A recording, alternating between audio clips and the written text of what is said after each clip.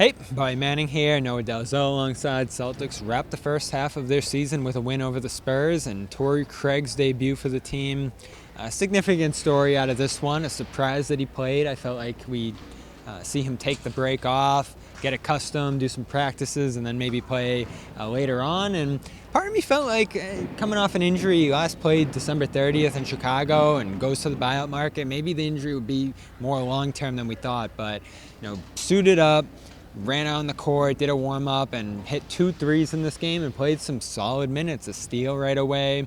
A short 90-second segment to start this one, but comes back in the second half and plays some solid minutes for the team, even while going through some adjustment to the lingo and everything else in terms of how they do things here in Boston. How did you feel about his first game?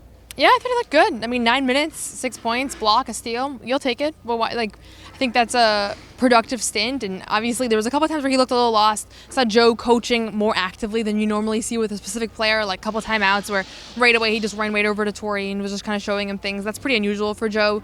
Normally, he'll just kind of huddle up with the coaches. But yeah, I kind of agree with you. I felt like there was a little bit of a catch when they signed him, just because he is a pretty veteran, well-established player in the NBA. And there always is with buyout guys. Yeah.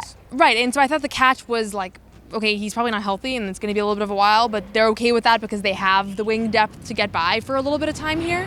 But he might actually be good to go because he seemed pretty healthy, and I didn't realize the injury was suffered not that long ago. So it's not like he's had this long-term lingering thing that the Bulls just gave up on. I think this is a good fit for him. He's at 34, you want to be on a championship team. You want to be on a contending team. If you're still a productive player, there's not that much value to be on the Bulls. I mean, the Bulls in general, I don't know what the value is for players. It's a confusing situation, but I think he's in a good spot, and it seems like for the Celtics, he just gives them a guy at the end of the bench that can hit threes and that can play good defense. He's not going to be a liability there. So seems like a win-win. Yeah, I feel good about the shooting. I feel good about the player, the size, the experience, all of that. So everything checks off with him. I'm glad Joe went right to him, and I don't know if it's a team, because clearly Brad loves this guy and made him a priority and all that.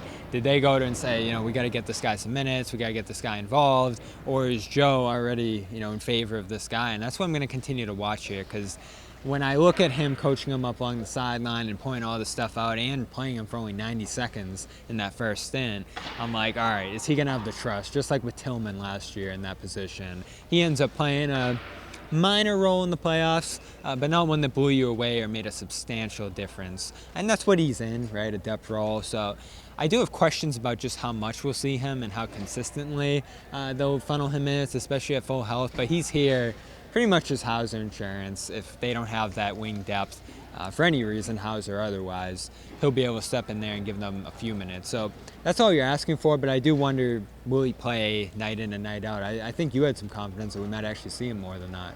Yeah, I think my initial instinct upon the signing, or just in general when they were going to sign a 14th guy, I'm like, okay, this is your 14th guy, he's not going to play too much.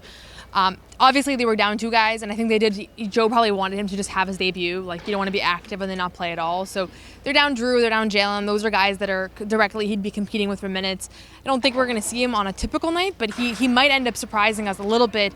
It wasn't anything overt that Joe said, but when you asked him about just Torrey Craig's initial performance, and he kind of said we're going to need him. He's versatile. Something about his tone. I know. I like to ask Joe about these end of bench players. Normally, I don't want to say it's dismissive, but it felt to me like there was maybe overeating. But I think he's going to play a little bit more than we expected. Just based off Joe's kind of reaction, and based off the fact that he is 34, and Joe's pointed many times already that he's just brings in a lot of experience, and that's not something we've seen at the end of the bench here. We've seen a lot of really promising young guys, but not really anybody with a lot of experience. I think he's next man up. If someone's down, he'll step in. If they're fully healthy, he probably won't play. And that's valuable to have. And yeah. Again, we'll see buyout guys. Usually there's a lot of promise, and then it doesn't work out the way you think it will. So first game, All-Star Weekend, now that the first half is over in San Francisco. Make sure to follow along for that at Celtics All Access and CLNS Media. For Manning and Dalzell, I'm Bobby Manning. We will talk to you out in the Bay.